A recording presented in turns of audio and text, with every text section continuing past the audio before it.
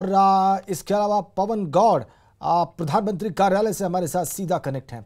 इससे पहले कि हम रावत साहब के पास जाएं, तमाम बारीकियां समझें, इंट्रिकेसी समझें, हम पहले जम्मू कश्मीर चलेंगे और मनोज कौल इस वक्त वहां से हमारे साथ सीधा कनेक्ट हैं। मनोज, इस वक्त तक 2:08 तक सबसे बड़ी और सबसे ताजा अपडेट क्या है आपके पास?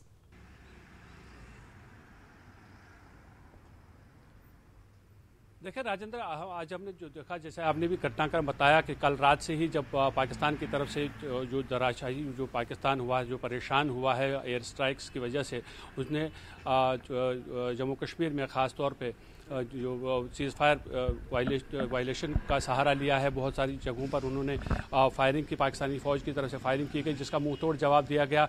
और साथ ही आज राजौरी सेक्टर में पाकिस्तान के लड़ाका तैयारों ने अंदर आने की कोशिश की थी, एयर स्पेस को वायलेट करने की कोशिश की थी, जिसका भी मुंह तोड़ जवाब दिया गया। और सोचे से ये भी पता चला है कि एक F-16 विमान जो है उसको मार गिराया गया। और उसके साथ साथ जहां जो रेडीनेस है जम्मू कश्मीर के अंदर, वो पूरी तरह से चाको चौबंद है, क्योंकि जिस तरह से पाकिस्तान अपनी नापाक हरकतों से बाज नहीं आता, उसको पहले ही एंटिसिपेट किया है गवर्नमेंट ने, और हर एक कदम वो उठाया गया है कि जिससे कि पाकिस्तान की हरकत का मुंह तोड़ जवाब दिया जाए। हमने बॉर्डर में लोगों से बात की थी, जो कंट्रोल लाइन के आसपास लोग रहने वाले हैं, उनका ये कहना था कि उनका जो मोराल है वो बहुत हाई है, क्योंकि अलर्टनेस जो आर्मी की है, BSF की है, वो बहुत ज़्यादा है। उन्हें मालूम है, उन्हें इस बात का पक्का यकीन है कि अगर पाकिस्तान कोई भी हरकत करता है तो फ़ौज की तरफ से उन्हें मुंह तोड़ जवाब दिया जाएगा, जो कल से साबित हो रहा है। और जो लोग हैं, लोग ये चाहते हैं कि वो सेना के साथ खड़े रहें। तो कुल मिलाकर अगर देखा जाए, तनाव अभी बना हुआ है कंट्रोल लाइन पे, क्योंकि जिस तरह से हालात बने हुए हैं, लेकिन लोगों का जो मोरल है, लोगों का जो मोरल है वो काफ़ी हाई है। और वो ये चाहते हैं कि पाकिस्तान को ऐसा सबक सिखाया जाए कि वो दोबारा इस तरह की कोशिश ना करे, जिस तरह से लगातार वो बार बार सीज़ फायर एग्रीमेंट की जो वायलेशन करता है, उसे ऐसा सबक सिखाया जाए कि वो दोबारा इस तरह की हमाकत ना करे। और जहां फ़ौज और बाकी लोग सतर्क हैं, वहीं दूसरी तरफ जो प्रिपेयर्डनेस है वो भी बहुत ज़्यादा है। हमने जहाँ देखा हुआ कि जो जम्मू हो या कश्मीर हो या लेह का जो एयरपोर्ट है, वहाँ से फ़िलहाल जितनी भी जो कमर्शियल फ़्लाइट्स हैं उनको रद्द कर दिया गया है। ये एहतियात के तौर पे कदम लिया गया है राजेंद्र, ताकि अगर पाकिस्तान की तरफ से कोई भी हरकत की जाए तो उसका मुँह तोड़ जवाब दिया जाए। जितने भी इंतज़ामात हैं वो पूरे के पूरे किए गए हैं।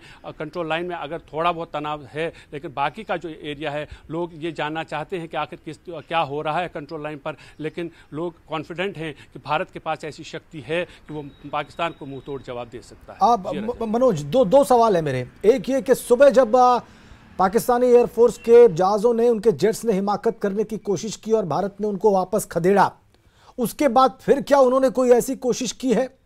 और दूसरी बात यह कि क्या अभी भी लाइन ऑफ कंट्रोल पर जो पाकिस्तान अनप्रोवोक्ड शेलिंग कर रहा था, फायरिंग कर रहा था, वो जारी है या वो खत्म हो गई है? देखिए, एक बार उन्होंने कोशिश की थी कि वो जो है एयर स्पेस को वायलेट करने की, और उसके बाद जब उन्हें मुंह तोड़ जवाब दिया गया इंडियन एयरफोर्स की तरफ से, तो उसके बाद उन्होंने दोबारा कोशिश नहीं की। हालांकि कुछ ऐसे एरियाज़ हैं जहां पर पाकिस्तान की तरफ से अभी रुक रुक के फायरिंग हो रही है, लेकिन जो इंटेंसिटी कल हमने देखी थी राजौरी, पूंछ और अखनूर सेक्टर में और उड़ी के कमलकोट सेक्टर में, वो इंटेंसिटी बहुत कम हो गई है। और वहाँ पर जो है अब बहुत ज़्यादातर जो इलाके हैं वहाँ पर पाकिस्तान ने गोलाबारी भी बंद कर दी है, लेकिन कुछ ऐसे एरियाज़ हैं जहां पर अब भी रुक रुक के फायरिंग चल रही है पाकिस्तान की तरफ से। ठीक है, आप कह रहे हैं कि अभी भी फायरिंग चल रही है और एक बार और उन्होंने कोशिश की, लेकिन उसके बाद उनके जेट्स को वापस खदेड़ दिया गया। मनोज, आपके पास आएंगे, कुछ और जरूरी बातें आपसे जाननी है, लेकिन पहले हम चलेंगे दिल्ली प्रधानमंत्री कार्यालय। पवन गौड़ वहां से सीधा कनेक्ट है। पवन, बहुत लंबी मीटिंग चली वहां पर प्रधानमंत्री के साथ साथ गृह मंत्री की और NSA की। क्या निकलकर सामने आया, क्या मालूम पड़ा है आपको, क्या बात हुई है और क्या आगे दिखाई दे सकता है हमको?